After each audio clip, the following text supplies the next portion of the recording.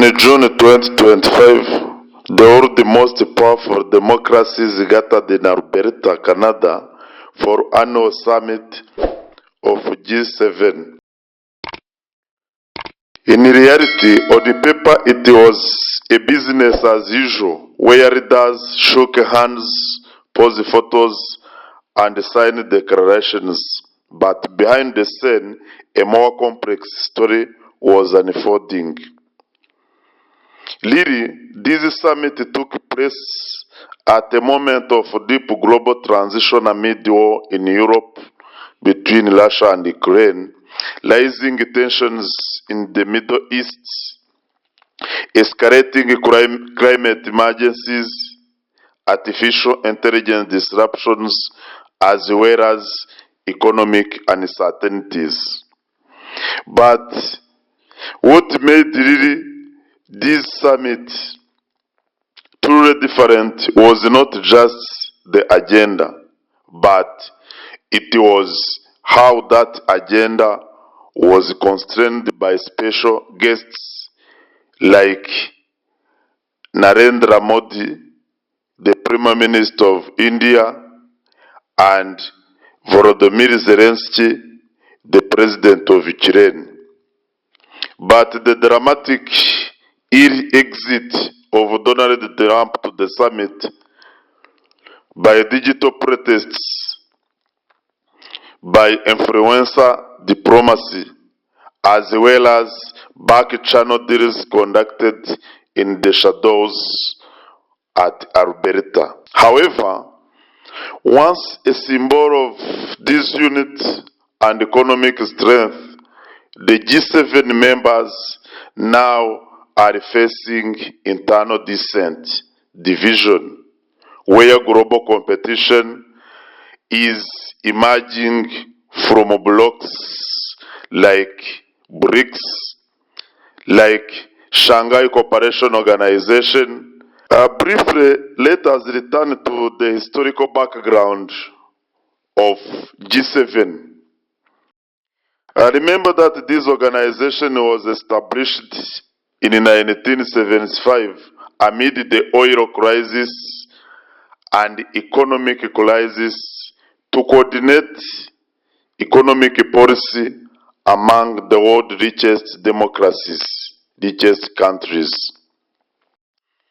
This organization evolved through the Cold War period, through post-September 11 global on terror, as well as amid and post-COVID era, adapting to crisis. Nowadays, it competes with larger, more inclusive groups like the Group of 20, the BRICS, as well as the Shanghai Cooperation Organization, as I've said earlier. Critically, and critics call it a club of the rich, a club of the North, out of touch with realities on the global south and unable to manage today's polycentric power shift, polycentric power change, global change order. However, let us truly understand the state of global politics. Global Affairs TV is going to break down and to analyze in deep the 2025 G7 summit through a series of invitations and what tell us about power, diplomacy, as well as legitimacy. In this special Global Affairs TV deep dive, we go beyond the press release, but we break down the summit down into 7 segments by analyzing the key agenda items, political dilemmas, the summit outcomes, as well as the surprising symbolic moments all through the lens of global power and international relations theories. such as realism, liberal institutionalism, and constructivism. In fact, whether you are a policy student, a citizen, or analyst, this Global Affairs TV video will help you to understand what really the 2025 G7 summit tells us about the future of diplomacy and international relations, how global leadership is shifting, and why power today is not just about military or money. It is about norms, narratives, identities, and who control the global story. Welcome to Fractured Unity inside the 2025 G7 Summit and the future of global power. Let us start. In the first segment, we are going to break down the reason behind invitation of Zelensky to the G7. One of the most visible and controversial features at the 2025 G7 summit was not a G7 leader at all, but it was Ukrainian President Volodymyr Zelensky. His presence was not just symbolic, but was strategic and divisive. Zelensky's strategic goals at the G7 are the following. The first one, we may try to keep Ukraine on the global agenda. As you remember, the war enters its fourth year with signs of donor fatigue and media distractions. Zelensky has used this presence to reunite urgency and shame waffling allies into recommitting for military and economic support. The second reason behind his invitation to the summit is related to the secure of concrete support. In this regard, Zelensky is winning either military and economic support, such as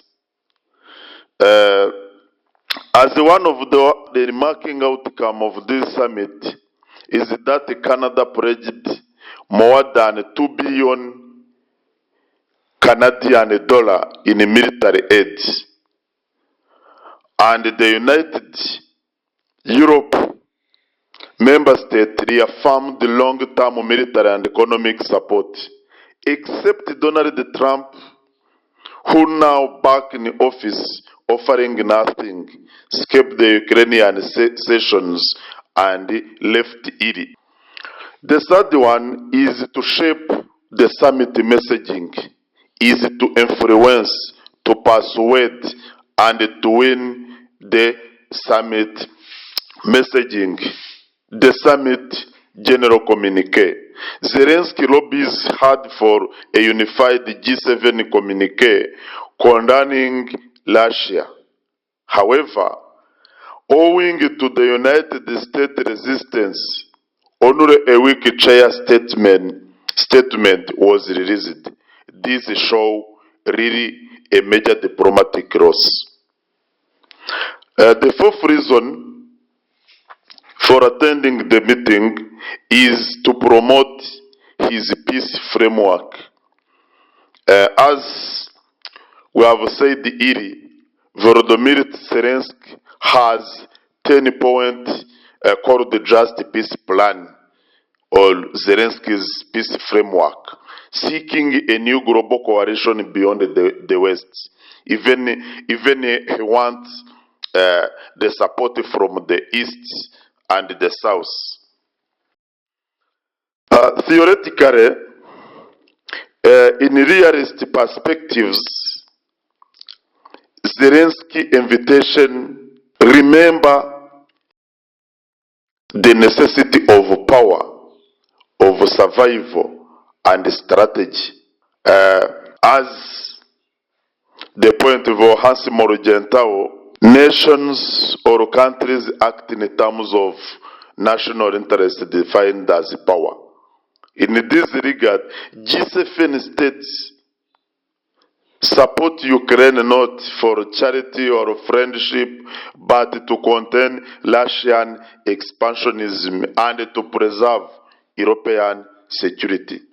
On the other hand, Donald Trump's refusal to engage is reflecting a realist change toward isolationism and American first logic, as was his slogan in his campaign of 2024. Moreover, Zelensky's presence was a calculation, not a cut. For realists, he is the tip of the spear against authoritarian aggression. Here they called Vladimir Putin as authoritarian leader. For liberal journalists, the invitation of Zelensky recalls cooperation under strain. Here, in the idea of Robert Kawahon, institutions reduce uncertainty and enable cooperation. It is in this context that the G7 serves as a crisis management platform, supporting Ukraine outside of formal UN mechanism. But the failure to produce a joint communique shows how domestic politics, like the United States partisanship or American first slogan, can creep institutional unity, can demystify, can dissent the unity at the G7. Furthermore, Zelensky's appeal to the G7 reveals both the power and the fragility of global cooperation. However, in terms of constructivist theory, where norms, identity, and democratic solidarity prevail, as said by Alexander Wetz, where anarchy is what states make of it, Zelensky, in this context, represents democracy under siege, meaning he wants to defend, to preserve the norms and the identity of democratic of the West. Just his invitation signaled that Ukraine is not just a state, but it is a symbol of the Western value. It is a state preserving, securing democratic value of the West. His moral appeal is framing the war as a good versus evil, resonate deeply with European publics and non-government organizations. Finally, Zelensky's real power is not just in weapon, it is in identity politics, where in the story of Ukraine tell us about the future of democracy in terms of constructivist theorists. However, let us break down in the second segment the reason behind Narendra Modi invitation to the G7. On my own perspective, the invitation of Narendra Modi is strictly strategic power and symbolic influence. When the Indian Prime Minister Narendra Modi appeared at the 2025 G7 summit in Canada, it marked more than just another guest appearance, as we have said to Zelensky. It was a signal that global power is being rebalanced. In this vein, India is the world's most populous democracy and the fifth largest economy. But at the G7, Narendra Modi was not just speaking for India. He was speaking for the global south and for a multipolar world that is rapidly replacing the unipolar post-Cold War order. However, let us understand step by step why Modi was invited to the G7. Let us give you a contextual analysis. The first reason behind this invitation is strategic relevance. Here, India plays a central role in the Indo-Pacific stability, especially through its role in the Quad. The Quad is an organization of 4 countries: United States of America, Japan, Australia, and India. This West needs India as a strategic hedge against China. Just to invite India in the G7 is related to the need of the West to strategically hedge against China, to contain China. The second reason behind Narendra Modi's invitation to the G7 is related to technology and trade collaboration. Just the G7 want to collaborate in terms of trade and technology. Here, I want to tell you that India is rising in key sectors like semiconductors, artificial intelligence, green hydrogen, as well as pharmaceuticals. G7 nations increasingly partner with India to diversify supply chain in pharmaceuticals, in these semiconductors, artificial intelligence, and green hydrogens. The third reason behind Narendra Modi's presence in the group summit is the voice of the global south. Just India, Narendra Modi is representing the voice of the global south, of developing countries. Modi used his G20 presidency in 2023 to amplify global south demands for climate justice, equitable governance, and debt reform. At the G7, he echoed these same calls. The fourth one is the diplomatic bridge. Here, Narendra Modi uniquely balances ties with both blocs, maintaining relations with the United States of America and the European Union member states, while engaging with Russia and Iran. That makes him a geopolitical hinge between East and the West. It is in that context the title of reasons was called Balancing Power and Strategic Influencer. But in the perspective of international relations theorists, really, in a realist world, state countries act to protect their interests and maximize security. It is in this context that the G7 powers invite India just to strengthen their Indo-Pacific strategy, to counter China's assertiveness and leveraging India's growing defense and economic muscle.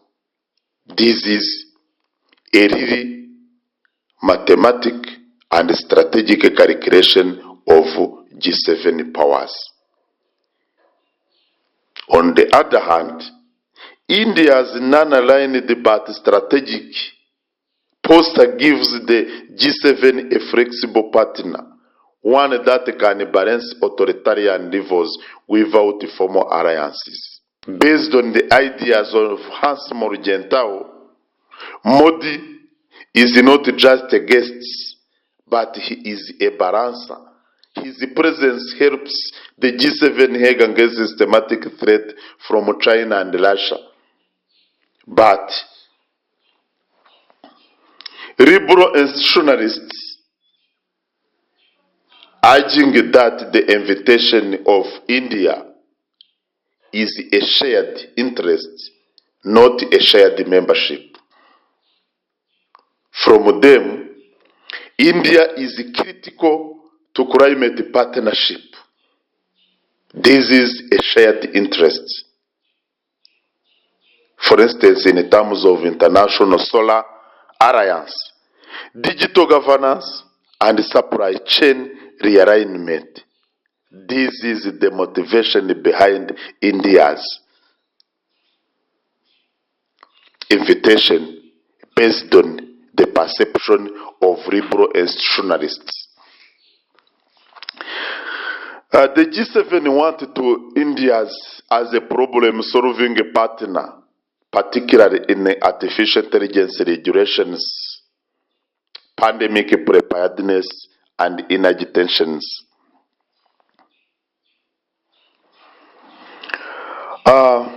In the ideas of constructivists,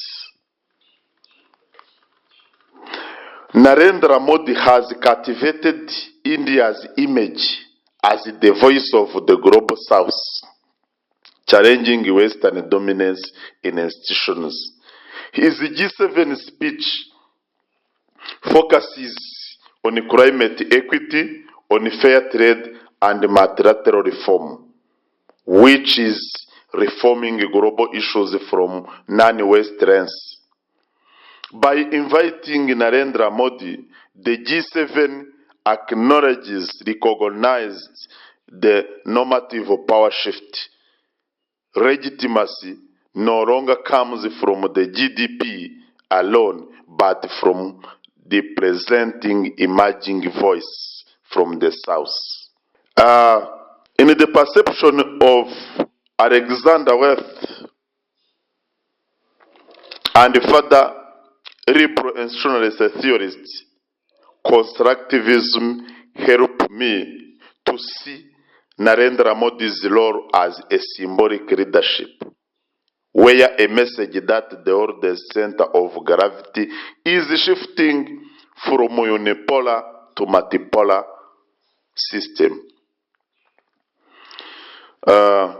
After understanding the reason behind inviting Narendra Modi in the second segment, in the third segment, we are going to break down to analyze the reason behind inviting other special guests and what is revealing about the new global order. Here, the G7 is not just a 7 anymore. At the 2025 summit in Alberta, Canada, the round table was expanded intentionally to include leaders from across the global South and strategic middle powers. From Brazil to Korea, South Korea, from Mexico to South Africa, a new diplomatic language emerged, where one that spoke of multipolarity, reform, and shared challenges. Let us unpack who was invited, why it matters, and what it tells us through the lens of international relations theory. Here, other special guests invited include Rui Inácio Lula da Silva, the president of Brazil, the reason of inviting Lula da Silva is to advocate for climate justice, BRICS, and Amazon defense. Another special guest invited was Anthony Albanese, the Prime Minister of Australia. This also, as related to the India's invitation, Albanese was invited for Indo-Pacific stability, containing China and minerals cooperation. The third invitee was Claudia Sheinbaum, the new elected president of Mexico. This is the first lady to become elected president of Mexico. This lady was invited for trade justice and for representing Latin American voice. The fourth one, Cyril Ramaphosa, the president of South Africa, was invited because of his leadership in African Union. Was invited because of the South African membership in BRICS, and was invited because of global governance reform, which is under process. Another invitee was Lee Jae-myung, the president of Southern Korea, who was invited for artificial intelligence, ethics, digital governance, and Indo-Pacific partnership, just to strengthen Indo-Pacific stability. Antonio Guterres, the Secretary General of the United Nations, was invited for global peace, ceasefire diplomacy, as well as United Nations legitimacy. The president of the World Bank, Ajay Banga, was also invited for development finance, economic reform, as well as debt equity. In a summary, the G7 powers invited some guests, not for friendship and charity. Let us give you an example of this strategic calculation. Anthony Albanese, the Prime Minister of Australia, Lee Jae-myung, the President of Southern Korea, and Narendra Modi, the Prime Minister of India, were invited for stabilizing the Indo-Pacific region, for containing, preventing China and Russia to expand more. This is the reason behind of inviting those country leaders. That is the one reason. The second reason, on the other hand, as you know, Cyril Ramaphosa, the president of South Africa, and Luiz Inácio Lula da Silva, the president of Brazil, were really invited in order to prevent, to reduce the expansion of BRICS. As you remember, Brazil and South Africa are the founding members of BRICS. Just in order to deal with the expansion, enlargement of BRICS, the G7 powers attempted to invite those two presidents just to balance and to deal with the BRICS.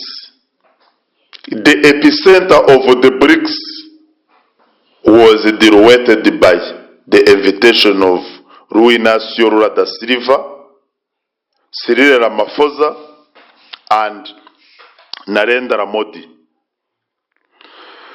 In a realist perspective, the invitations of those 7 leaders, including Antonio Guterres and Ajay Banga, is related to the expansion of power networks. In realism, in international relations and diplomacy, invitations are never symbolic. Invitations are strategic. For liberal institutionalists, invitation intended to include more parties in problem solving. It requires cooperation for problem solving. But constructivist perspectives indicate shifting norms, identities, and global voice. How? Democratic norms and identities are shifting to include the global voice. That is the idea of constructivists.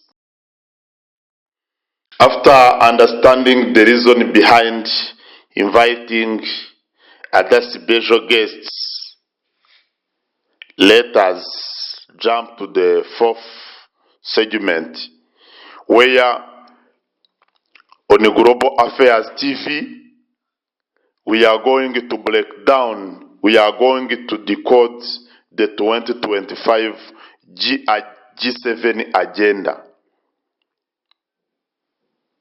What were content on the agenda? In reality, security, climate, and power in a fractured world are going to deep dive. The G7 summit in 2025 was not just about handshakes and headlines. Behind the closed doors, leaders grappled with 6 major agendas, each reflecting deep tensions, aspirations, and shift in global power. However, let us analyze these themes using the 3 core theories of international relations. Here, remember that we have decided to use realism, liberal institutionalism, and constructivism. The 6th point on the agenda was global security and conflict resolution, economic recovery and resilience, climate change and energy transition, technology and digital governance, as well as global health and global South engagement and inclusive growth. Let us start by unpacking global security and conflict resolution. Here, realism dominated this agenda, with war ranging from Ukraine and Russia, as well as tensions raging between Israel and Iran. G7 states focused on hard power military aid, sanctions, and deterrence. These reflect the realists worldwide. In realist perspectives, the international system is anarchic and its states must protect themselves, where cyber security and counter-terrorism strategies are also about preserving sovereignty in a hostile world. For economic recovery and resilience, this agenda was analyzed in the world view of liberal institutionalists. Here, liberal institutionalism takes center stage. Remember that in a post-pandemic era, there was an inflation, a supply chain disruptions, and global trade imbalances which require cooperation.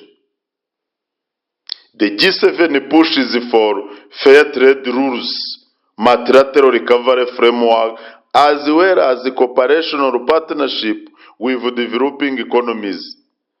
Institutions like the International Monetary Fund and the World Trade Organization are crucial in this cooperative framework for helping states align interests rather than competition. As in the ideas of Robert Keohane here, for recovering economy and for countries to resiliate, there is a need of cooperation among institutions. Let us unpack climate change and energy transition as another point on the agenda. This issue is a battleground for all three international relations and diplomatic theories. Here, realists see energy independence as a matter of security, especially as fossil fuel conflict intention. Liberals focus green technology cooperation and climate finance as a form of collective action. This is really a liberal institutionalist perspective. But constructivists highlight changing global norms like net zero commitment and climate justice, which is shaping how state defines leadership. The fourth point on the agenda was technology and digital governance. In an age of artificial intelligence and cyber warfare, realists view digital sovereignty and technology dominance as a strategic imperative. But liberals call for shared governance framework on artificial intelligence ethics, standards and principles, digital trade and privacy to avoid or to prevent a fragmented internet. But on the side of constructivists, they are urging that norms around digital rights and AI ethics are still developing, and the G7 group is trying to shape them. The fifth point on the agenda was related to global health. Here, health is no longer just humanitarian. It is also strategic. In realist point of view, it is worry about bioweapons and global instability from future pandemics. As you remember, the COVID-19 had destabilized the world, had led to global total instability. However, there is a need just to prevent future instability from pandemics. For liberal institutionalism, which is supporting institutions like or the relief organization to manage these risks through cooperation, while constructivists, however, reframes health as a global right, where vaccine equity and pandemic preparedness must be as shared as much as possible. The fifth one and the last is the Global South engagement and inclusiveness. Here, constructivism shines here, where the G7 is attempting to reshape its identity from a West club to a more inclusive, responsiveness global order, debt relief, sustainable development, as well as inclusion of voice from Africa, Latin America, and Southern Asia. These reflect changing self-image. For liberal institutionalists, this is playing a role in promoting multilateral governance reform. After unpacking the key point on the agenda, in the following segment, let us analyze the reason behind Trump exit to the G7 2025. In a dramatic turn at the 2025 G7 summit in Canada, the United States of America President Donald Trump was attending as a special guest, but exited the summit early. It was more than a disruption, it was a signal of ideological fortune, foreign policy disagreement, as well as enduring clash between multilateralism and unilateralism. Why did Donald Trump leave? Trump's leave was not just random. It stemmed from four key tensions. The first tension is related to Ukrainian policy dispute. While most G7 leaders doubled down on military aid and support to Ukraine and sanctions against Russia, Trump diverged sharply. He questioned the score of United States of America support and suggested a negotiated peace, even if it meant concessions to Russia. Here, there was a internal dissent in the group. Most of members are advocating for military and economic support to Ukraine and more sanctions to Russia. But Donald Trump opposed them by suggesting a negotiated peace, and then requiring concessions to Russia. This was a clear dissent, a clear division among leaders of the G7. The second key tension motivating Trump to leave the summit was related to conflict over the summit statement. Donald Trump objected to the wording of the final communique, particularly phrases that criticized Russia and committed to indefinite Western backing for Ukraine. Trump objected for this. Trump did not want that the final communique or statement criticizing Vladimir Putin. He totally opposed to this statement. Then he decided to leave the summit. The third key tension was related to political theater. Donald Trump's exit was a message to his base, media, and international community.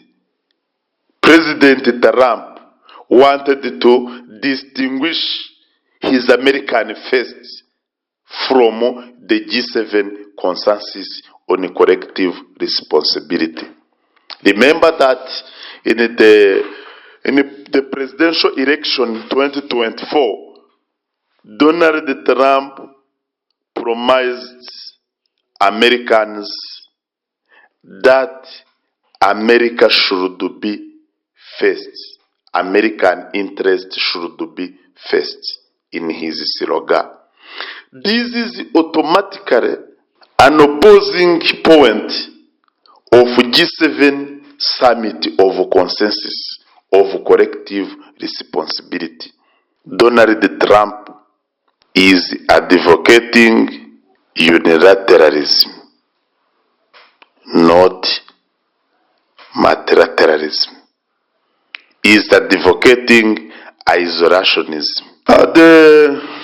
Another key contention was the style over substance. Here, knowing for defying diplomatic norms, Donald Trump's decision to exit the summit was aligned with his broader pattern. What? Which is the rejection of global commitment that he sees as burdensome or misaligned with United States self-interest. However, let us unpack the perception of these four key tensions in the context of international relations and diplomatic theories. Remember that in realist perspective, national interests are at the forefront. From a realist perspective, Donald Trump's skepticism toward Ukraine aid and support makes perfect sense. Realists urged that states and leaders act based on a cost-benefit calculation tied to national interest. Here, I can recall you the ideas of Hans Morgenthau. By challenging G7 commitment, Trump questioned, does this benefit United States strategic interests or not? Realism rejects idealism, and Trump was doing just that. For liberal institutionalists, the rejection of cooperation, the exit of Donald Trump, the irrelief of Donald Trump demonstrate the rejection of cooperation among nations. This is the fear of cooperation. Liberal theory focuses on the value of cooperation through institutions like the G7, but the exit of Donald Trump opposes these principles of liberal institutionalists. His refusal to endorse the joint communique and the rejection of corrective sanctions against Russia illustrates the fragility of institutional consensus when national leaders does not buy in. Thirdly, for constructivists, norms and identity are clashing. Here, I can tell you that the exit of Donald Trump to the G7 summit held in Alberta, Canada in June 2025 remarked the crash of norms and identity, oppose the idea of Alexander Worth. While most G7 members presented a united front for democracy, for global governance, as well as solidarity. The presence of Donald Trump and his ill exit represented completely a competing vision. What? Represent nationalism, skepticism of globalism, and transactional diplomacy. In reality, the exit of Donald Trump to the summit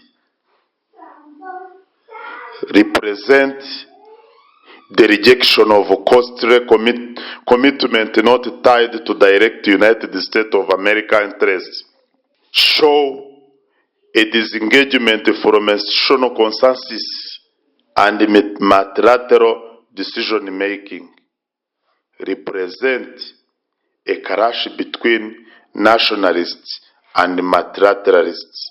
Therefore, after Trump exiting the summit, let us unpack outcomes of the 2025 G Summit in the following segment, where we are going to deeply analyze who gained and who lost in the summit.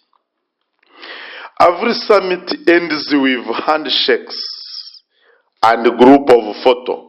This is a culture, a normal in diplomatic affairs. Summit ends with handshakes and group photo. This is a diplomatic style. But who actually lives stronger, more influential, more isolated? Let us analyze the concrete outcome of the 2025 G7 summit and what they mean for global power shift. The first outcome was a strong support to Ukraine. This is a strategic win for NATO member states. Here, military and financial support package were reaffirmed. Sanctions on Russia was also expanded to technology and energy sector. The G7 has endorsed a roadmap for Ukraine post-war reconstruction. In reality, here Ukraine and NATO member states were the winners. Whether the loser was Russia, which faced more isolation. In a realist point of view, power projection and alliance consolidation were remarked. The second outcome was related to climate finance and the Green Energy Alliance. Here, the winner was the entire community of Global South. Why? Because the 100 billion US dollar annual fund renewed to support developing nations' green transition. New Global Green Energy Alliance was launched for innovation sharing. Technological transfer pledge made to African and Southern Asian states. In reality, here the winner was the Global South with lower emission economies. The loser was fossil fuel dependent economies which are resisting to green shift. In reality, this climate change and energy satisfied the ideas of liberal institutionalists through cooperation. This change, climate change and energy, enabled cooperation among institutions. The third outcome was digital governance and artificial intelligence ethics. Here, there was a consensus, but with limits. shared the principles on artificial intelligence development and data privacy was adopted. Cybersecurity partnership was enhanced, but no binding treaty, only voluntary commitment. Here the winner was the European Union as well as Japan. The loser was big tech giant like India. Authoritarian regimes were excluded from digital norms. In realist perspectives, the lack of enforcement will shape and show the weakness of this adoption. However, the fourth outcome point was related to global health commitment. The G7 summit confirmed and reaffirmed the pandemic preparedness, confirmed the World Health Organization reforms, and prioritized vaccine for pandemics. The winner here was the global health advocates, and the loser are the populations which are still facing unequal vaccine access because the progress remains aspirational. The last one outcome is engagement of global south. In reality, the engagement of global south was symbolic.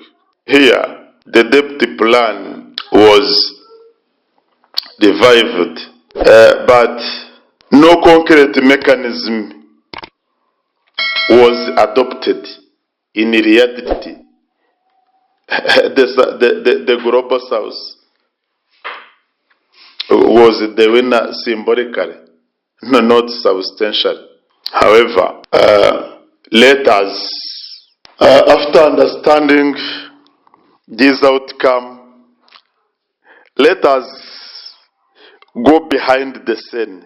Let us analyze some unexpected and unusual moment behind the scene of the 2025 G7 before concluding. When we think of the G7, we often picture photos of carefully worded communique and solemn global commitment, but at the 2025 summit in Alberta, Canada, a different story played out behind the scene. A story of symbolism, disruption, surprise, as well as politics, not found in official transcript. However, let us go inside the summit most unusual and unexpected moment. The first unexpected moment was the exit of Donald Trump. While media focuses on his crash over Ukraine policy, international relations theorists help us to go in deep. Here, in a realist point of view, realist scholars explain Donald Trump's exit as a defense of national interest by rejecting multilateralism pressure in favor of unilateral calculation. The second unusual moment was the presence of drone protests and hooligan activism. Here in reality, constructivist resistance was shown as a normal entrepreneurship where activists reframing global priorities through symbolic power. The third unusual moment was fashion as a foreign policy, identity in clothes, how some presidents were wearing. For instance, the South African president wore on the African Union flag pin. The Mexico first lady, she bomb appeared in indigenous clothes. These in constructivist theorists help us to read between the lines. These gestures express identity, inclusion, and resistance. Therefore, diplomacy was in a fabric form. The fifth unofficial was influencer diplomacy, where new actors, new audience appeared.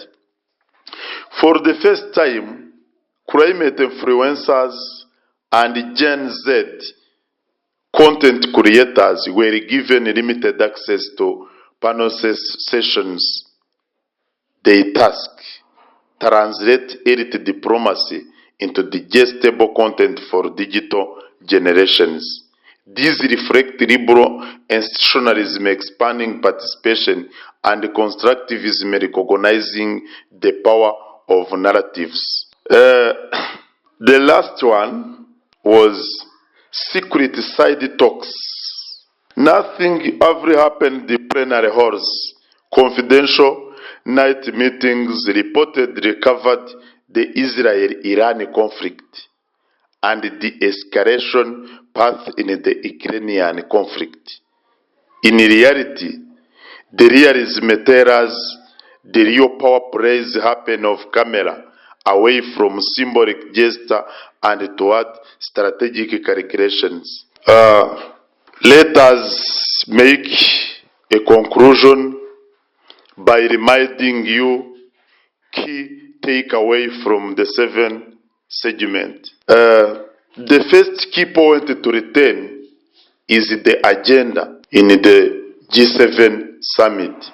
The G7 tackled the big issues like war in Ukraine, conflict between Israel and Iran, inflation, artificial intelligence disruption, climate change, and global health related issues. The second point to retain is the theoretical lens I have used. Realism explained the power play. Liberalism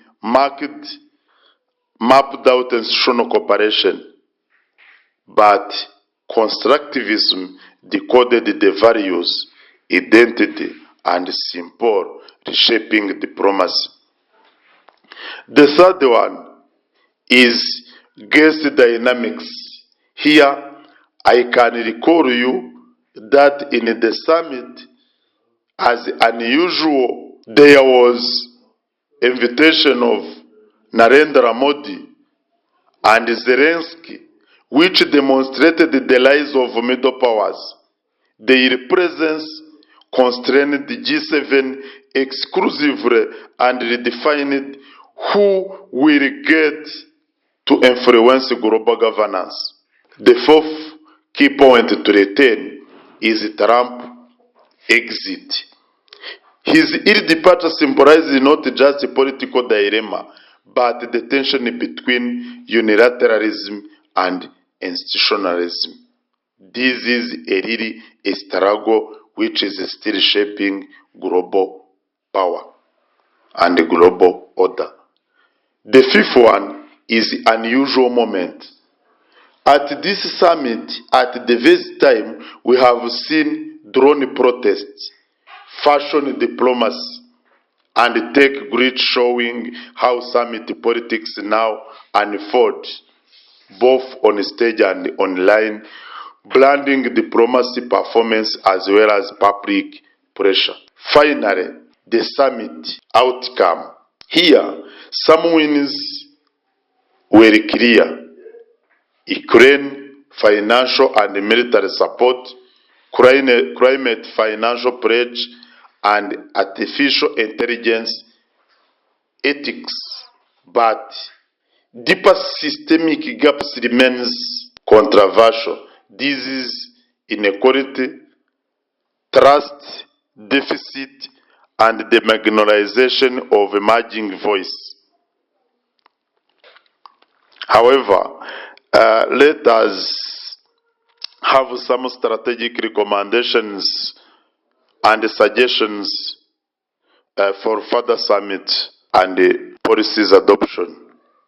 There is a need there is a need of institutional reform for ensuring inclusiveness, which, in order to have voices from the South must participate, just not having symbolic invitations but sit at the policy table. Secondly, there is a need to shift from promises to practice. Pledging on climate, digital governance, and health equity must be translated into enforceable framework with accountability mechanism and strategies and real funding. The third one, there is a need to balance realism with moral leadership. Here, security and interest-based policies must not eclipse global justice. A blend of strategic logic and ethical responsibilities is essential for legitimacy. Embracing digital diplomacy with caution is needed. Here, the rise of influencers and tech-based engagement is powerful, but risks traveling diplomacy if not grounded in substance and policy outcome. The last recommendation is related to the watching margins, not just the center. There is a need to watch margins, not the center, not the epicenter of the international politics. Some of the most revealing actions happened off stage: side talks, symbolic gesture, and protest messaging. This, an unofficial moment, offer the cleanest view into whether global politics is heading. However,